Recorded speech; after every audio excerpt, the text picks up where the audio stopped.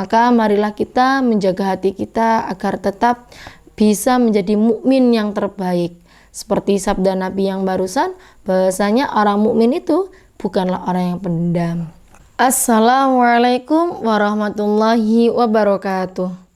Sahabat-sahabat channel Naimoya Zara, kembali lagi bertemu lagi dengan saya Naimoya Zara yang tetap konsisten dengan kitab Taisirul Kholaq. Sebelum kami melanjutkan video ini, mungkin yang baru datang, baru singgah, atau sedang mampir, jangan lupa subscribe, like, komen, dan share ke teman-teman kalian agar selalu mendapatkan notifikasi-notifikasi terbaru dari channel kami. Baiklah sahabat Naimoya Zara, kali ini kita akan membahas tentang hikdu atau dendam.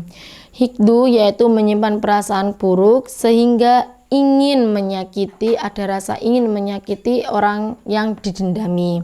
Sebabnya dari hikdu yaitu ghadab, karena emosi amarahnya kita.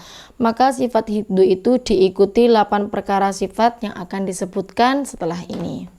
Sahabat-sahabat Naimoya Zara, yang pertama dari sifat yang diikuti oleh hikdu atau hasil dari hikdu yaitu hasad atau dengki kepada orang yang dihasati. Maksudnya gini, contoh si C sedang bermasalah dengan si A, maka si A akan menghasut si B agar mendapatkan opini dan keputusan nilai yang sama untuk saling membenci pada si C. Nah, itu tidak boleh teman-teman. Dan yang kedua, sifat yang mengikuti hikdu atau dendam, yakni berkata kotor atas musibahnya, atau pendendam cenderung berkata kotor jika dirinya tertimpa musibah. Nah, karena kita dendam, sehingga ketika saudara kita mendapatkan musibah, maka kita akan berkata kotor. Atau bahasa Jawa nih, ngapok nih, ih rasain kamu. Nah, itu adalah sifat yang akan menyertai dari kata dendam atau hikdu. Dan yang ketiga, teman-teman sahabat Naimoya Zara, yaitu meninggalkannya meskipun dia hendak berbelas kasihan. Contoh, mungkin si C sudah berubah, dia ingin menjadi lebih baik karena kita dendam, sehingga meskipun dia ingin menjadi lebih baik, memohon maaf dan ingin mendamaikan, ingin berdamai saja, tapi karena kita masih memiliki sifat dendam, maka hal seperti itu tidak nampak dan itu tidak baik sahabat-sahabat Naimoya Zara.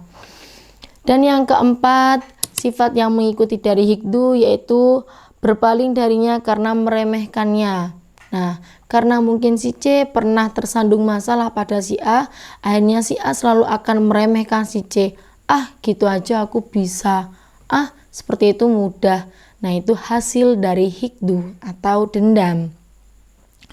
Dan yang kelima, sahabat-sahabat Naimoya Zara, berkata tentangnya dengan perkataan keji, seperti menggibahkan tentangnya dan menyebarkan keburukannya.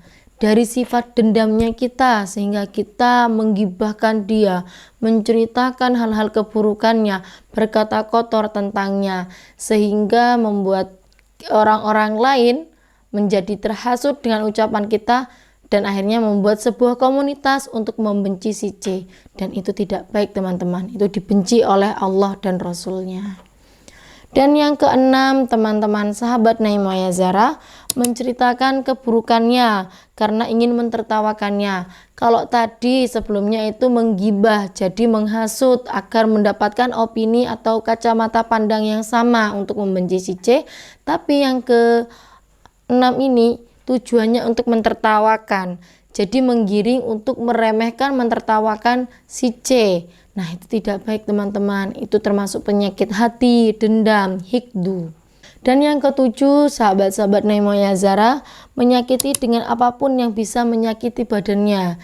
Jadi setelah tahap-tahap tersebut, maka kita akan mendapatkan tahap selanjutnya, yaitu ingin menyakiti badannya, entah memukulnya, mencubitnya, karena mungkin dari hal-hal yang di atas tidak mendapatkan efek hasil apapun, akhirnya kita menjadi lebih gemas, akhirnya ingin tujuannya itu untuk menyakiti tubuhnya. Setelah tidak mampu untuk menyakiti hatinya, maka tujuan selanjutnya adalah menyakiti tubuhnya. Itu tidak baik teman-teman, itu adalah sifat yang tidak terpuji dan berpotensi atau bahkan jelas mendapatkan dosa. Dan yang kedelapan teman-teman, sifat yang mengikuti hikdu ini yang terakhir, yaitu mencegah hanya seperti tidak melunasi hutang. Jadi seakan-akan dia menjebak agar orang tersebut tidak lekas atau bergegas melunasi hutangnya, agar menimbulkan suatu komunitas membencinya karena kesalahannya dia. Jadi seperti rekonstruksi sebuah masalah atau seperti membuat sebuah dialog rencana agar semua orang itu membencinya. Itu tidak boleh teman-teman, itu sangat buruk dan itu pasti dibenci oleh Tuhan, dibenci oleh Allah. Dan hadis yang menunjukkan pada celaan terhadap sifat hikdu atau dendam adalah sabda Nabi Shallallahu Alaihi Wasallam, al-mu'minu laisa bi hakudin. Orang mukmin bukanlah seorang pendendam. Jika kalian memang benar-benar orang mukmin, maka kalian tidak boleh menyimpan rasa dendam. Itu kurang baik teman-teman. Buat apa sih kita mendendam? Agar kenapa kok bisa mendendam itu kenapa? Dendam itu penyakit hati. Kalau hati sudah ada penyakitnya, sembuhnya sulit dan setiap hari akan menimbulkan penyakit-penyakit yang baru.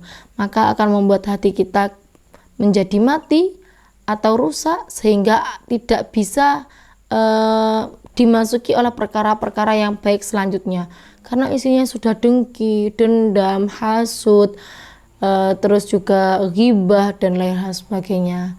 Maka marilah kita menjaga hati kita agar tetap bisa menjadi mukmin yang terbaik, seperti sabda Nabi yang barusan, bahwasanya orang mukmin itu bukanlah orang yang pendendam.